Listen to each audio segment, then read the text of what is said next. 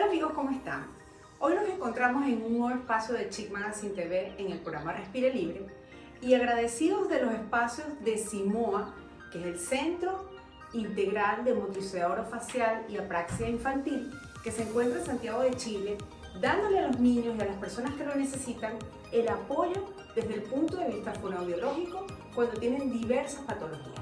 Y de esto se van a tratar los siguientes 3 programas, así que espero que nos acompañen hasta el final. Comencemos.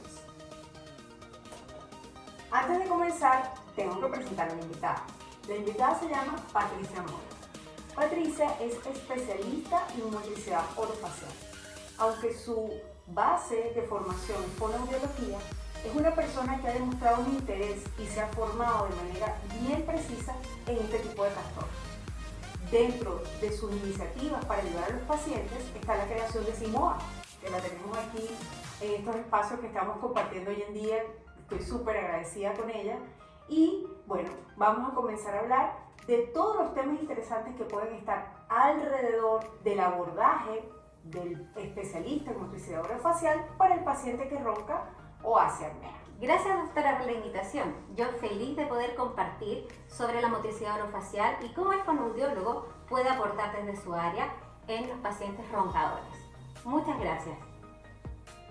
Vamos a comenzar, Patricia, preguntándote, ¿cuál es tu área de acción cuando un paciente te es referido porque ronca o tiene apnea? Bueno, doctora, mi área de acción es el área de la motricidad orofacial, la que apunta a las funciones que tienen que ver con cabeza y cuello, y netamente las funciones, por ejemplo, lo que es respirar, deglutir, masticar y hablar, y que estas van a estar interrelacionadas con los pacientes que roncan. Por ejemplo, un paciente roncador generalmente es un paciente que tiene una lengua muy grande, que ocupa todo el espacio inferior de la mandíbula, y es un paciente que no va a poder deglutir de forma adecuada, va a ser un paciente que va a estar respirando por la boca, por tanto va a ser un paciente que va a estar más cansado.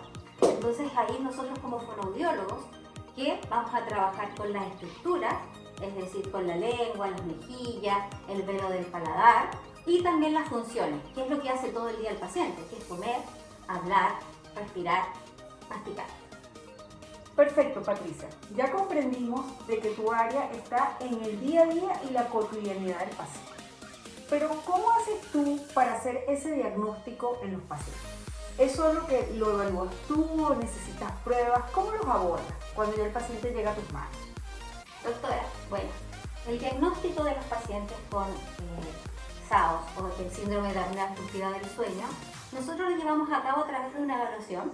Primero partiendo por una anamnesis, que es una entrevista completa que hacemos al paciente, donde hacemos preguntas relacionadas con su vida habitual, por ejemplo, cuántas horas duerme, si se despierta durante la noche, si toma agua, si es un paciente que amanece cansado, si fuma, cuáles son sus hábitos, si fue tratado anteriormente con fonoaudiólogo, porque generalmente llegan conmigo y ellos dicen, no sé por qué me enviaron contigo, si yo no tengo problemas para hablar.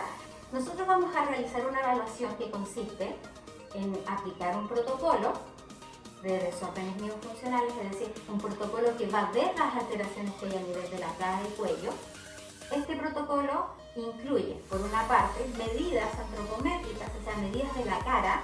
Nosotros vamos a medir la cara del paciente, porque el paciente, por ejemplo, si es un paciente que tiene una masticación que va solo por un lado, puede tener asimetrías faciales.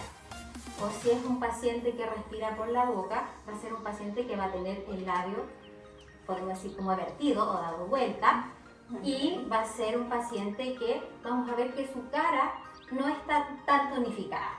Perfecto. Entonces, va por una parte las medidas, por otra parte nosotros tomamos fotografías del paciente, hacemos videos del paciente y lo grabamos con las distintas funciones que él realiza. Por ejemplo, el deglutir.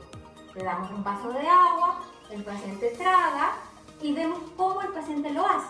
Si el paciente, por ejemplo, compensa. La mayoría de los pacientes roncadores traen muchas compensaciones. Por ejemplo, tenemos un paciente que le vamos a dar el vaso de agua y nosotros le vamos a ver que después que traga, por ejemplo, hace ese movimiento así.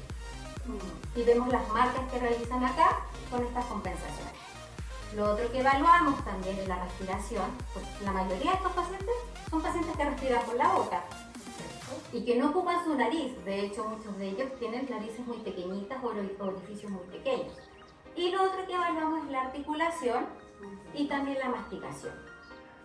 Es decir, Patricia, que entiendo que esta evaluación que tú haces es bastante integral. Pero ahora bien, cuando ya tú tienes tu diagnóstico, ya Patricia tiene idea del paciente, de qué es lo que tiene, cómo lo va a tratar, lo va a abordar. ¿Qué es lo que tú haces con el paciente? ¿Son tratamientos que tú mandas medicinas, tú mandas una terapia? ¿Qué es lo que haces tú con estos pacientes? Bueno, el diagnóstico que nosotros vamos a dar se llama desorden miofuncional orofacial, ¿sabes? Y que va a estar asociado a la ronquera. Okay. ¿Qué hacemos nosotros como fonoaudiólogos? Es un tratamiento que no es invasivo y que consiste en trabajar con la musculatura de la cara, trabajar principalmente con la lengua y la musculatura que está acá en el cuello, y también trabajar con lo que es habitual del paciente, que son las funciones: respirar, comer, hablar. Es decir, que es como un training. Sí. El paciente tiene que recibir una orientación de tu parte, pero que debe estar siempre pendiente de las recomendaciones que le hicieron para llevarlo al tratamiento clínico como tal, pero al día a día del paciente. ¿Es así, Patricia? Es así. De hecho, cuando llegan los pacientes, nosotros les decimos, bueno, la fonoaudióloga, que va a tener que hacer un cambio de hábito, porque va a tener que aprender a comer de nuevo, vas a tener que aprender a respirar de nuevo, y muchas veces el hablar se modifica con lo otro, porque por ejemplo, si el paciente ya sabe poner bien la lengua, ya no va a decir la S como española, ¿verdad? Sí, que es lo que más ¿Qué es lo que pasa siempre? Sí. Okay. Entonces, la verdad que vamos a trabajar con lo que hace habitualmente. Por eso sí o sí necesitamos adherencia al tratamiento. Perfecto. Oye, Pati, hay algo muy interesante que te quiero preguntar, porque acabas de hablar de cosas cotidianas, de hábitos, ¿no? Y en el área, cuando vemos en la parte de neurociencia, se dice que un hábito se cambia en 6 semanas. En el caso de ustedes, de la terapia que tú aplicas, ¿ese es el tiempo de tratamiento? ¿Se alarga, se acorta? ¿Cómo lo manejan ustedes? Bueno, en relación a eso, la dosis terapéutica que nosotros recomendamos son entre 10 y 12 sesiones.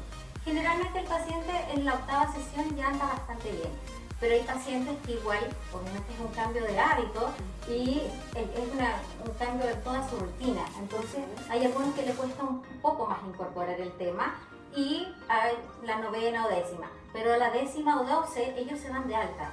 Pero sí o sí tienen que adherirse al tratamiento y comprometerse con el trabajo. Ahora, y eso está interesante en cuanto al tiempo, porque nos podemos ubicar en más o menos cuánto vamos a tardar en mejorar nuestra calidad de respiración, de deglución y todo este tipo de cosas. Pero Patricia, te quería preguntar, en el tema de si estás atendiendo niños o estás atendiendo adultos, ¿qué es lo más difícil? ¿Cuándo has visto tú que es más complicado que el paciente supere este tipo de problemas? ¿O la edad no importa? No importa la edad porque el pronóstico para ti es lo mismo. Bueno, con referencia a la edad, la verdad no hay edad para poder trabajar con los pacientes. Nosotros trabajamos con niños, con adolescentes y con adultos. Pero en los niños es un poquito más largo el tratamiento, porque tienen que hacer una conciencia de las dificultades que ellos tienen. Estamos hablando de esos niños, entonces ellos obviamente les cuesta más asumir este tema. Y obviamente porque no entienden por qué vienen al fonoaudiólogo a tratar ciertas cosas, sobre todo el tema, por ejemplo, de la respiración oral. Para ellos no es una alteración, no es una dificultad.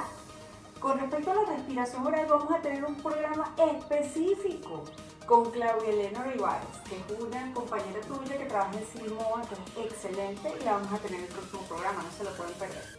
Y para cerrar, Pati, te quería preguntar, en relación al tiempo de tratamiento, ya nos dijiste que tu dosis era entre 10 y 12 sesiones. Pero cada sesión, ¿cuánto dura? ¿Cuánto tiene que disponer la persona en su tiempo, en su rutina, para decir, oye, voy a Simoa a tratarme esto? ¿Cómo es ese tema? Bueno, acá en Centro Simoa nosotros les damos una atención a los pacientes entre 40 y 45 minutos. La verdad que ese es el tiempo estimado para poder trabajar con el paciente. Partimos primero con los ejercicios y luego con el tema de la función. Es decir, que no tienen que invertir mucho tiempo, solo hay que organizarse, hacer un espacio durante el día y el beneficio que va a tener el paciente, sea adulto o sea niño, es impresionante. Realmente, fíjense que no es algo que depende de medicamentos, que lo pueden planificar, que es poco tiempo en el día y que al final el impacto que va a tener esto en cómo la persona respira, cómo come, cómo duerme, le va a sumar en su salud.